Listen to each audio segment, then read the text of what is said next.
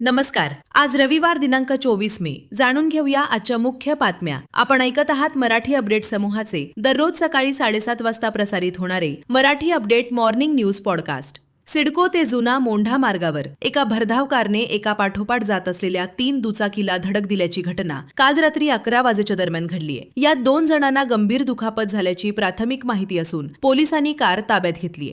नांदेड शहरातील मध्यवर्ती बस स्थानकातून काल शनिवार रोजी पहाटेच्या सुमारास एसटी महामंडळाची बस चोरी करण्याचा प्रयत्न वाहन परीक्षक यांच्या सतर्कतेने उघडकीस आलाय. दरम्यान या प्रकरणी तेलंगणातील 23 वर्षीय आरोपी विष्णू गणपती निलावार याच्या विरोधात वजीराबाद पोलीस ठाण्यात गुन्हा दाखल करण्यात आलाय. विशेष म्हणजे या आरोपीने यापूर्वी आंध्र प्रदेशमध्ये देखील बस चोरी केल्याची माहिती पुढे आली आहे.